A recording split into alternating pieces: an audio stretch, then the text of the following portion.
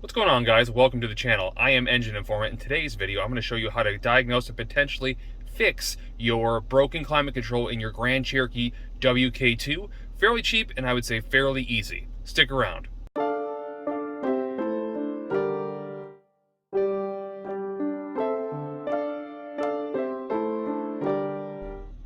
Alright, so diving into it, the first thing we want to do is talk about the exact problem that we're having.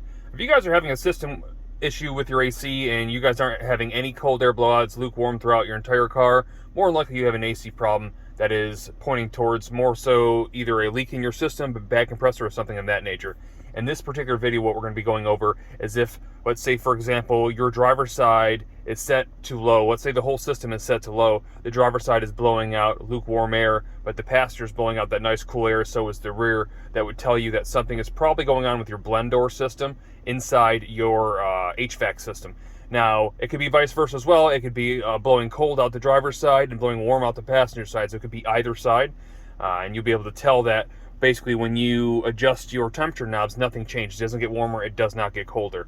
That is typically a direct point towards your blend door actuator, the motor, or the gear that's running it.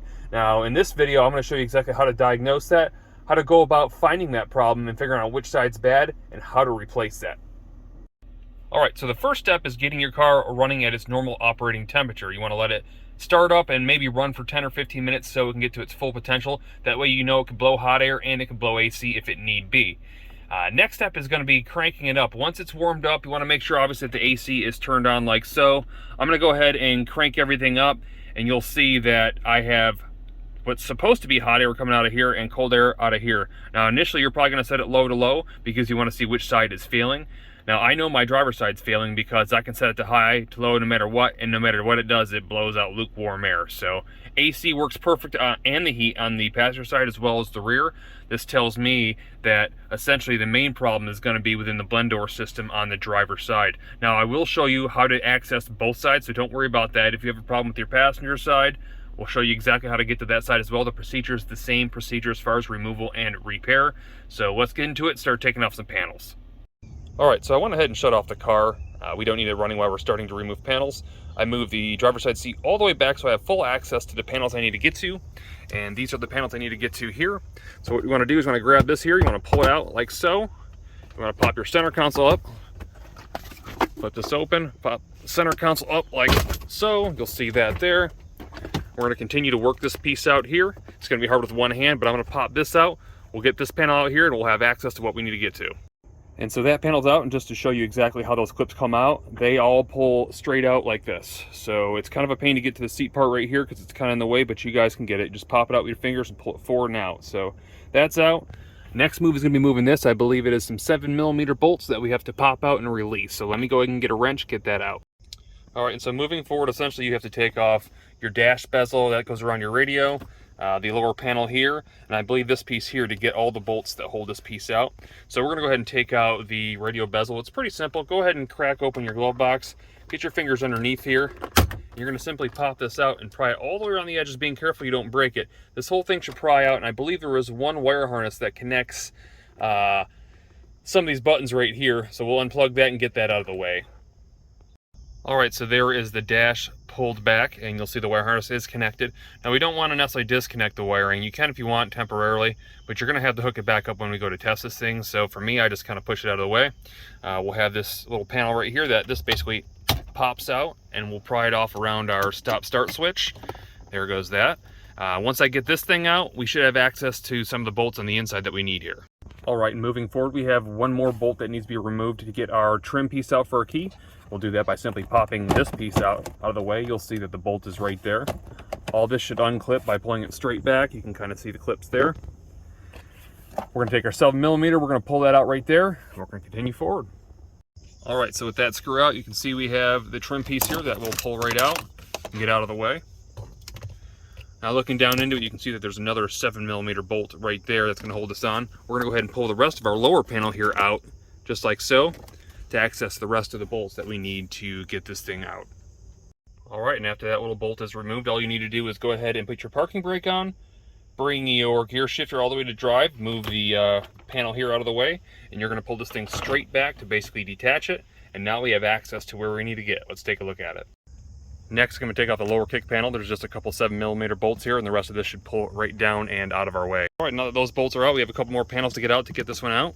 We're going to essentially pry our fingers in here, pull back our trim here, and there is our inner panel there. Now we should be able to access everything underneath this dash panel by simply pulling it out like you see here. Now I'll need two hands without breaking something, but you guys can get the idea. Go ahead and pull that out. We'll have access afterwards. All right, and so with that panel down, we're going to continue to clear some of the stuff out of our way here to make room, because the less stuff in our way, the easier it's going to be for us to get to the actuator, or the motor you might call it. So we have 4 8mm bolts. I'm going to pull this lower support frame right here off, and I believe this ducting should pop out right here as well. And we should be able to see at that point the actual motor itself, hopefully. I don't want to take out too much. I've done this before, but I don't recall all the little things associated with it. So let's go ahead and get the stuff out. All right, so at this point, you should be able to see our actuator motor, which is right there. And what I'm gonna do is I'm gonna drop again this vent here and this lower bracket right here to get them out of my way. And then we should have pretty good access to get to that thing. All right, and so there you guys have it. Here is our actuator, our motor. As you'll see, this is the motor here. This is the gear below it. You'll see this little tab that sticks down right here. What that is that stops it from going too far when it's going from hot to cold. So it basically turns like this. And when it gets to its final point, it stops. Now I can tell that right now, I'm touching it, the gear is actually broken. It's hanging out of the thing. So our motor might be good, but our gear clearly is not. So that's the part that I'll probably be replacing. But before I get into that, I want to show you guys that are dealing with the passenger side, how to get to the passenger side. Then we'll get into the diagnosis and the repair. All right, and so the passenger side. Yes, I know the glove box is filthy. I don't know why I don't drive this car, but it's filthy inside. Nonetheless, go ahead and open your glove box. It's kind of common sense, and you need to take everything out of it, because if you don't, it's just going to end up on your floor anyways. You got a little clip that you'll see it's hanging right there. It comes in here, it just pops right out. So go ahead and knock that out. You'll also see there's two tabs, one on each side right here. You're just going to pull that over very carefully, like so, on both sides. And your glove box should completely separate and sit down. Now, you guys will see that there's 4 bolts. They are 7mm. You'll see one here, here, here, and here. Those need to be removed, as well as there's 2 hex bolts inside here, and this whole fascia cover will come off, and you will have access to the inside. I will show a picture right now above to give you an idea of what that looks like. Hope that was helpful for you guys on the passenger side. Let's get to the diagnostic part and the replacement. All right, so now that you guys that are repairing the driver's side are a little bit sour towards the people doing the passenger side, because how much easier it is, I'm with you because I'm in the driver's side group. What we're going to do now, I went ahead and threw the fascia for the climate control back on so we can see it. I'm going to start the vehicle, so it's going to get a little bit loud because I have to have the door open. But we're going to go ahead and turn on the AC system right now, and we're going to change it from hot to cold. If your gear didn't fall out like mine did, you'll be able to see that thing turning or not turning. So you should be able to feel or hear one way or another this motor moving. Nonetheless, it has to come out. So if you can't tell if it's moving or not, then you'll want to take it out regardless to see if the motor inside's spinning. I'm assuming that's what we're going to have to do because life's not easy. But we're going to go ahead and try it without it first and see what we can see. All right, so right now I have it set to completely high. I'm going to go ahead and turn the climate control all the way down to see if I can see anything moving. Which I probably can't. Oh, yeah, you can see it moving. See the door right there, see it moving? So we know the motor's good. The only thing we need is a gear to basically turn the actual paddle or flapper inside from hot to cold. So as you can see right now, we have 2 screws. There's one here that we have to get out. I don't necessarily know how I'm gonna get to those yet. It's not gonna be easy, but I'm gonna find a way. I'll get those out. I'll show you how I did it, and then we'll replace that gear. All right, so moving forward, you guys have 2 more little panels to take out. I know you're thinking, ugh, more panels, but you kind of have to get to this point. And these are actually vent panels, as you see right here. They actually sit right down in here. They kind of come straight down. They're attached to way up there. It's a 2-piece unit, so it splits in half. They're not too bad to get out. I know they can be a pain to get back in. I remember doing it one other time. Not so fun, but you'll see now when we have our tool we're using, which is a small socket with a T20 Torx bit, we can get up to the screws we need to get to, like so. So that's what we'll be using. I'm going to take this thing out real quick. I'm going to swap the gear. We're going to test out, make sure it's working correctly. Okay, so there is our motor, and here is our broken gear, as you can see. I got to replace this, but one thing I want to make a note of is when you obviously took this thing out and you guys put it all the way down to hot or all the way to cold, you want to remember that position because you want to put it in that same position when you put it back. Now, this doesn't always necessarily make a difference because when it gets to its limit, it stops and restarts. where it kind of resets itself, but not always will every vehicle do that. So I try to put it back in the position in which it came from. So I'm gonna go ahead and grab the new one. We're gonna throw it on, get it back in, and we're gonna test it to make sure it works before we start putting all this crazy paneling back together. All right, guys, so here is our replacement here. Here is our original. If you look up close, you can see the differences between the thicknesses. They've obviously doubled the thickness in the area that it broke to prevent that from happening. One other thing they did as well is they deleted one of the teeth in the gear set. If we look at the original actuator motor here, you'll see that there is an area where there is a tooth missing, and the reason for this is so you cannot put this thing on the wrong way, which is excellent R&D on the aftermarket company that are making these. I will, by the way, go ahead and put a link in the description below for these if you guys choose to purchase them online. Most of the time they're available at most local auto parts stores anyhow, but if you do want to order it online, I will go ahead and put that link in the description below.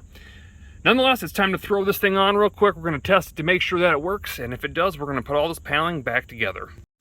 All right, so we got it back in, and for those of you that are running the same issue I have where it's just the gear that's bad, you might find when you put the gear back on, it's, I guess we can call it Pac-Man side, the mouse side, is not sitting where it's supposed to be to hit this little stopper point here. It might be sitting this way when you go to load it back on. Simple fix, all you gotta do is literally plug it back in.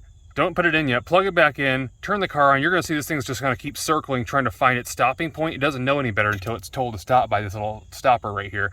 So get it to the point where it's exactly where you want or close to within this range here. Go ahead and unplug it from the car. It doesn't matter if the car's running or it's off or whatever, just go ahead and unplug it. Go ahead and mount it and then get your piece set in, and then it'll automatically set itself. So now that the new one is in there right now, I'm gonna go ahead and turn the car on. We're gonna test the AC. We're gonna make sure that this fix works. All right, so let's go ahead and turn this thing on. Just wait for it to spin. It's already at its stopping point. Looks like it already did. It's fuel for AC. Oh yeah. Instantly. The car's not even warm. I can feel its cool air. Absolutely. Good, good, good. Now we're gonna go ahead and turn it to hot real quick, just to see. The car's not completely warm because I've been working on it, obviously. I want to make sure that our unit turns. I can already feel the hot air coming out. It definitely turned to the opposite side. So we are working there. I think we're good. I'm gonna go ahead and throw these panels back on. We should be able to move forward. All right, guys, so everything's back together. I just went on a quick test drive. Car gets super cold and super hot, so it's doing everything it's supposed to. I went ahead and grabbed a thermometer just to show you guys exactly what the temperatures would show. And this one is showing low 50s here.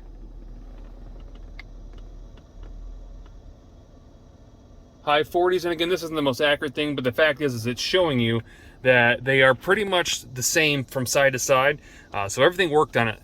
Any case, the fix did work. I hope it worked for you guys. I hope you guys are back on the road, not sweating or freezing. Nonetheless, I hope you liked the content. If you did, definitely throw that thumbs up. And if you haven't already, click that subscribe button. Also, leave a comment below on what you guys thought of the process. And if there's anything else you guys want to see on these vehicles.